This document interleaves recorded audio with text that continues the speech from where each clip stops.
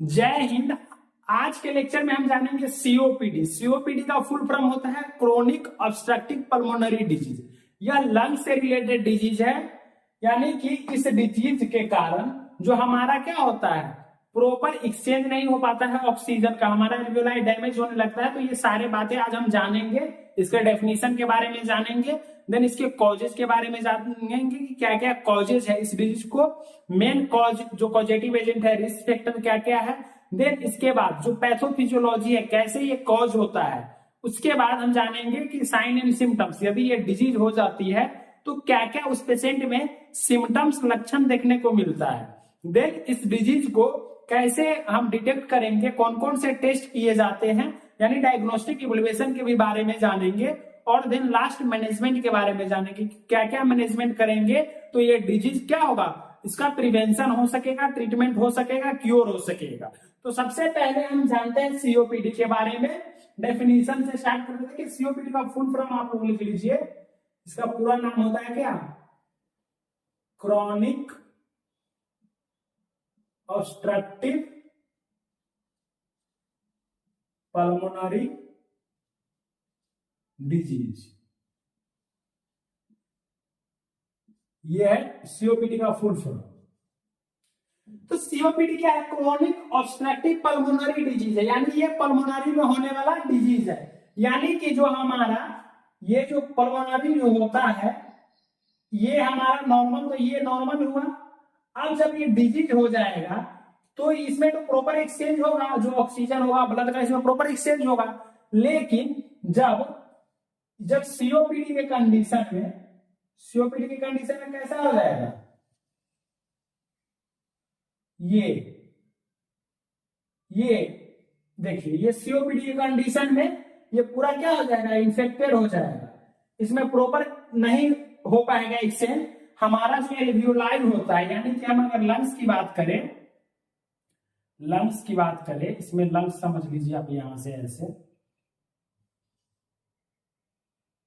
ये लंग्स की बात हम अगर करें तो इसमें जो हमारा एल्वियोलाई होता है ये ऐसे होता है पूरी अंगूर की गुच्छे की तरह।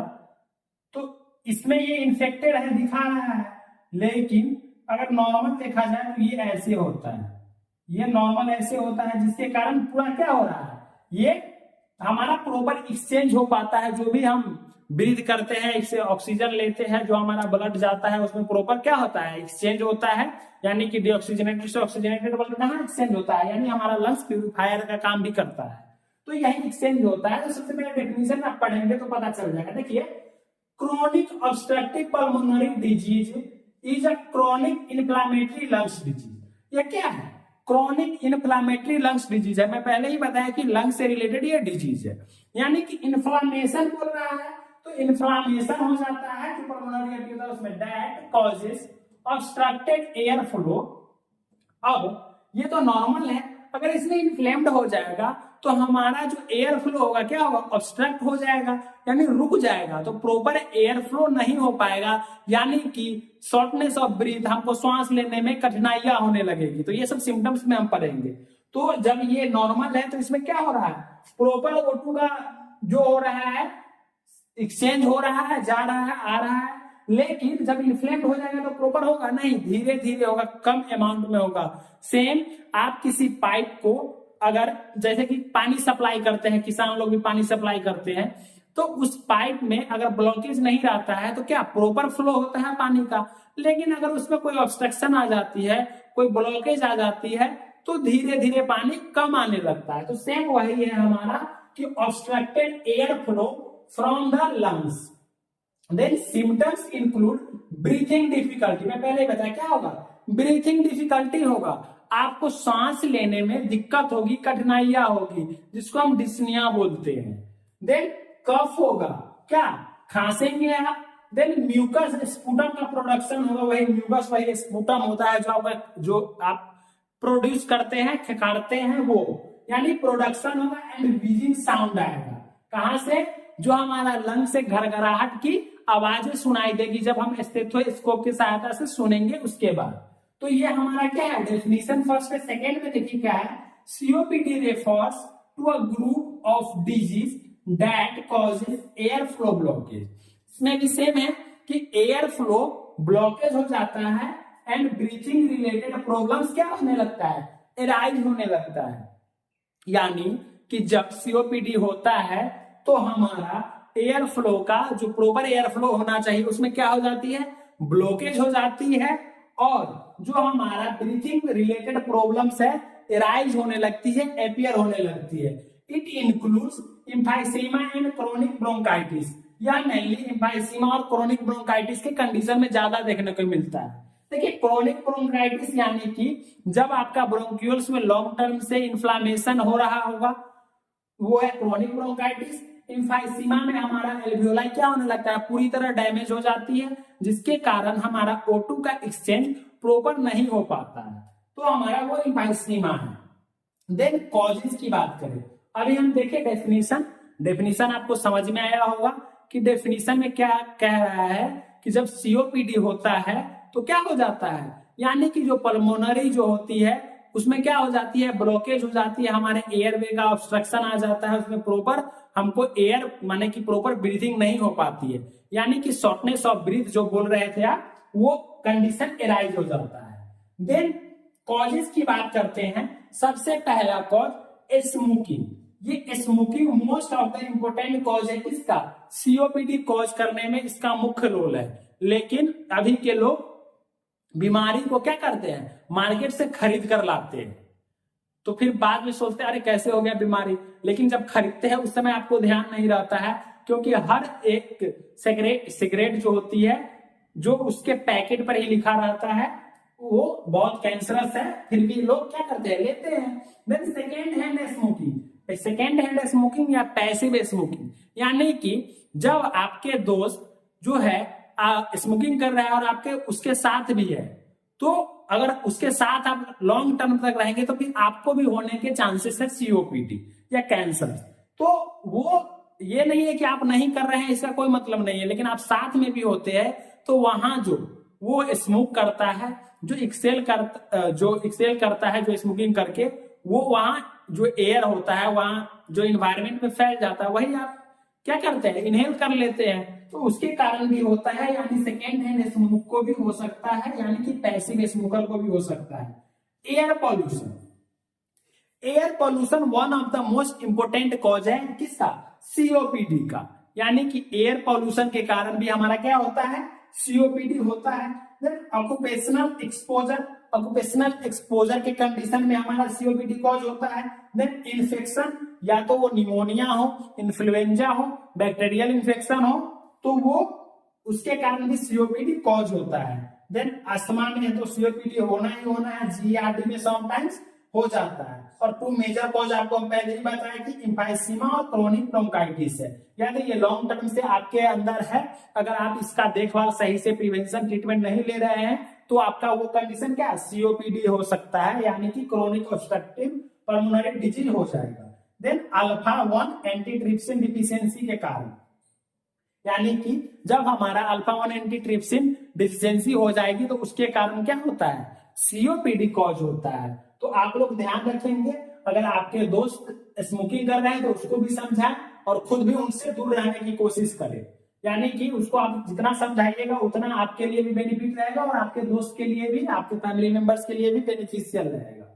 देन अब हम पैथोफिजियोलॉजी की बात करते हैं कि कैसे जो कॉज होता है, कौन, सीओपीडी। अब सीओपीडी देखिए कैसे कॉज होता है, ड्यू टू एनी टियोलॉजिकल फैक्टर्स, यानी कि इसमें से कोई भी कारण हो सकता है। यदि तो आप स्मोकिंग कर रहे हैं वो हो सकता है, एयर पॉल्यूशन है, कहीं पॉल्यूटेड एरिया है वहां रहने से भी हो सकता है, अगर आप ऑक्यूपेशनल एक्सपोजर में आ जा रहे हैं, ज्यादा धूल वाले जगहों पे जा रहे हैं, ड्यूटी कर रहे हैं, वहां भी हो सकता है। उसके बाद जो भी इन्फेक्शन है उसके कारण हो सकता है, तो ये due to any etiological factor. Then bronchial irritation and inflammation, जब कोई इन्फेक्शन इंटर कर जाएगा, अगर धूल मट्टी ही इंटर कर जाएगा तो आपका ब्रोंकियल क्लियर रहेगा, नहीं क्लियर रहेगा, तो उसमें क्या होने लगेंगे, इरिटेशन होने लगेंगे, जो हमारा ब्रोंकाई है, यानी कि इसमें हमारा ये ब्रोंकाई रहता है, ये ब्रोंकाई है, ये ब्रोंकाई है, इसको ब्रोंक्यूल्स बोलते हैं अंदर वाले पार्ट को, और इसको बोलते हैं एल्वियोलाई। तो जो हमारा ब्रोंकाई है उसमें क्या होने लगेगा, इरिटेशन होगा, देन इन्फ्लामेशन होने लगेगा, उसमें स्वेलिंग आने लगेगी, देन कॉजेज ब्रोंकाइटिस। अब देखिए यही से खेला स्टार्ट होता है, इन्फ्लामेशन हुआ ब्रोंक्यूल्स में तो वो ब्रोंकाइटिस कहलाता है, यानी कि inflammation in the bronchioles is called bronchitis. तो क्या होगा, कॉल ब्रोंकाइटिस कॉज हो जाएगा। देन उसके बाद इम्फाइसीमा।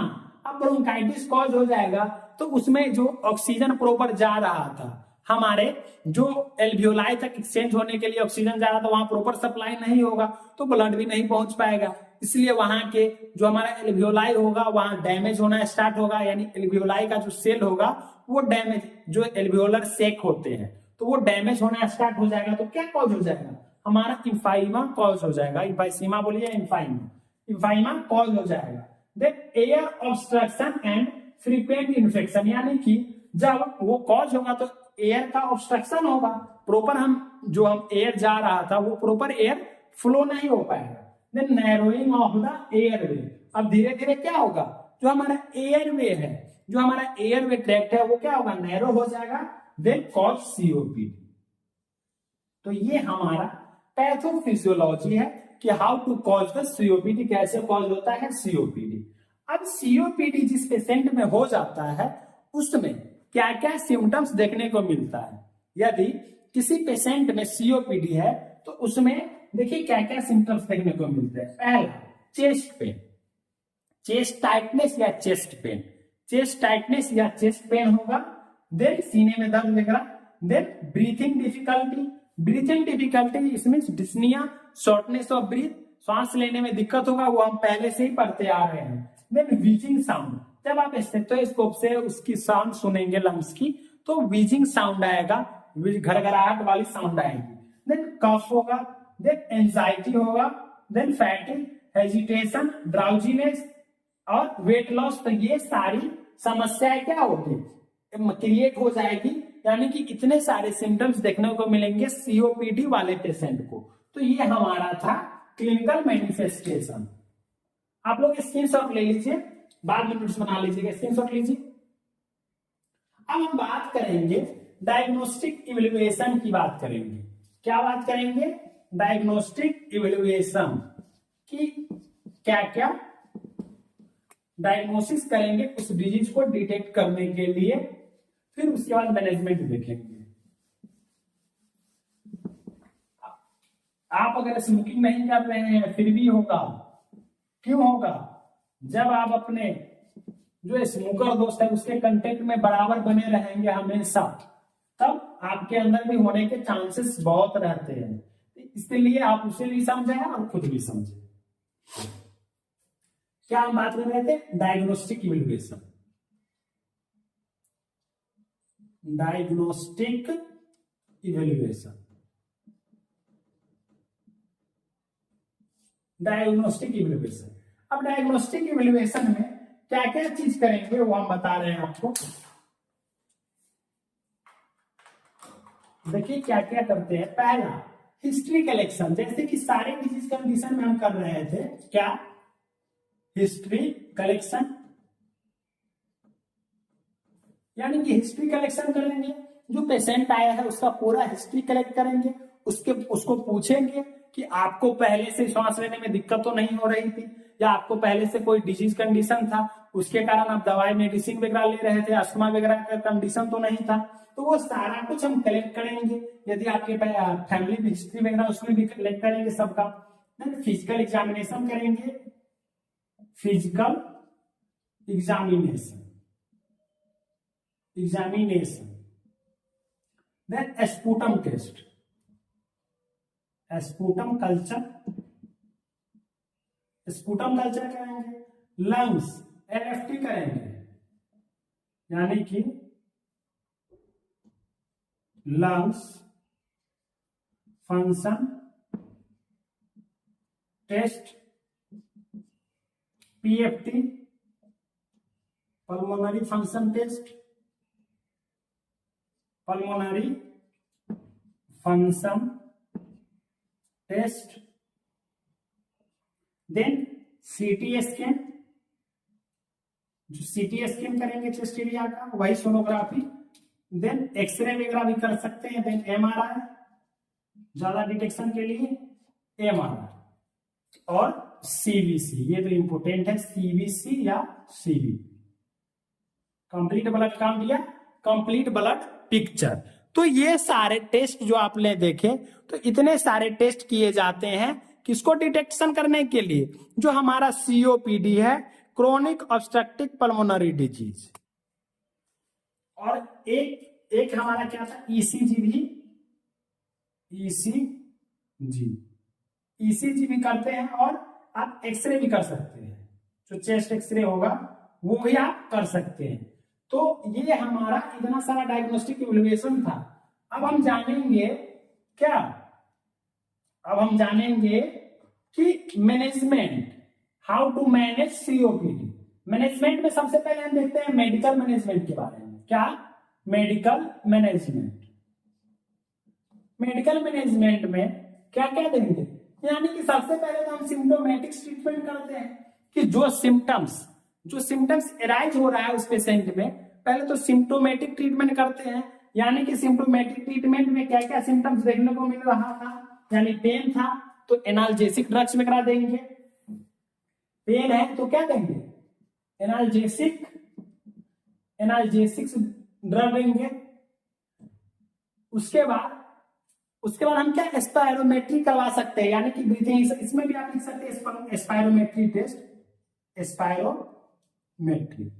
ये स्पायरोमेट्री आप करवा सकते हैं पेशेंट को, ब्रीथिंग जो टेस्ट उसका कितना कैपेसिटी है, जो बॉल वाली होती है आप देखे होंगे, ग्रीन, रेड और येलो टाइप बॉल रहता है उसमें, और उसको फूकने के लिए बोला जाता है, तो वो स्पायरोमेट्री करवा सकते हैं। देन एनाल्जेसिक के बाद इसमें क्या, अगर हमारा जो ब्रोंक्यूल है वो क्या हो गया है, नैरो हो गया है, तो उसको डायलेट करने के लिए हम क्या देंगे, ब्रोंको डायलेटर देंगे।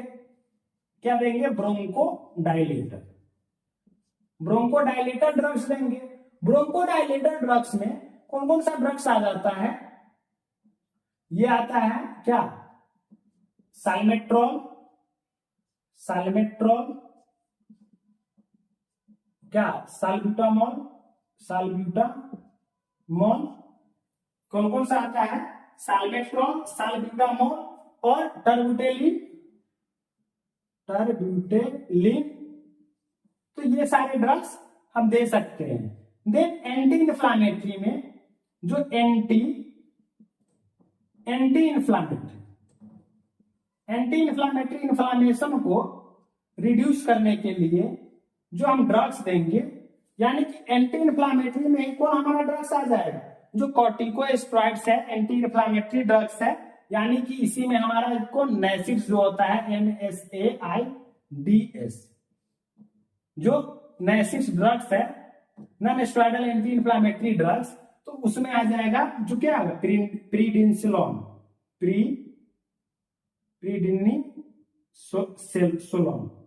SOLON।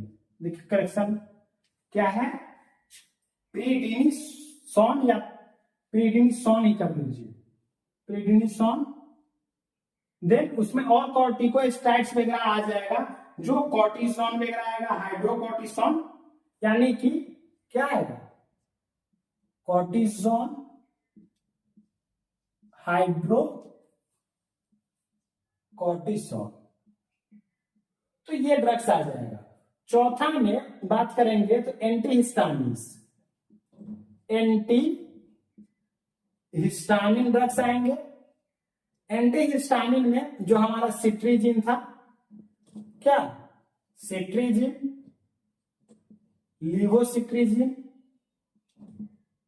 लिवोसिट्रीजिन, तो ये ड्रग्स दे सकते हैं। देन अगर हमारा बैक्टीरियल कंडीशन के कारण हुआ है तो एंटीबायोटिक्स प्रोवाइड करेंगे। क्या,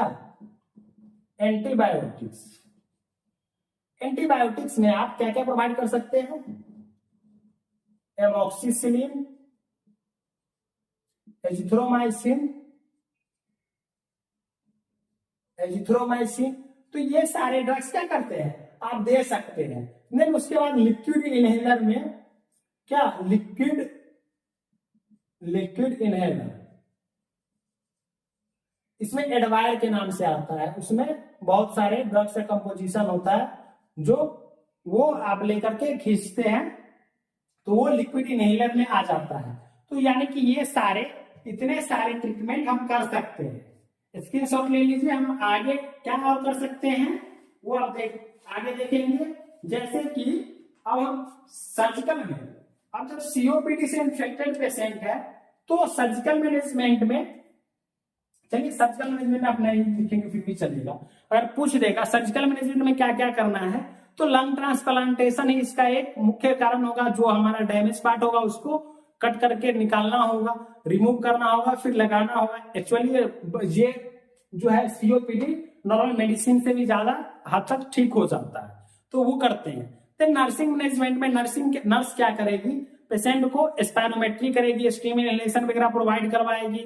देन जो उसका वाइटल्स होगा वो चेक करेगी, इनटेक आउटपुट चेक करेगी, उसका डाइटरी जो पैटर्न है वो शेड्यूल असिस्ट करेगी। फिर उसके बाद प्रॉपर बैलेंस डाइट देगी, time to time medication provide करेगी, हाइजीन मेंटेन करने के लिए हमेशा बोलेगी। तो इतने सारे नर्सेस का मैनेजमेंट है जो सीओपीडी वाले पेशेंट को करना चाहिए। देन उसके बाद आप नर्सिंग डायग्नोसिस सेम उसी तरह, जैसे कि shortness of breath related to disease condition हो रहा है, एंजाइटी हो रहा है हॉस्पिटलाइजेशन के कारण, नॉलेज डिफिशिएंट है इस डिजीज कंडीशन के कारण, तो ये सारे आप डायग्नोसिस बना सकते हैं। तो ये हमारा सीओपीडी कंप्लीट होता है यहाँ पर। आई होप सभी लोगों को समझ में आया होगा। और जो मेरे चैनल पर नए हैं तो सब्सक्राइब कर लीजिए मेरे चैनल को और लाइक कर लीजिए वीडियो को। उसके बाद शेयर भी कर दीजिए अपने दोस्तों को जो इजिली ये भी नोट्स बना सके प्रॉपर। थैंक्स फॉर वॉचिंग, मिलते हैं नेक्स्ट क्लास में।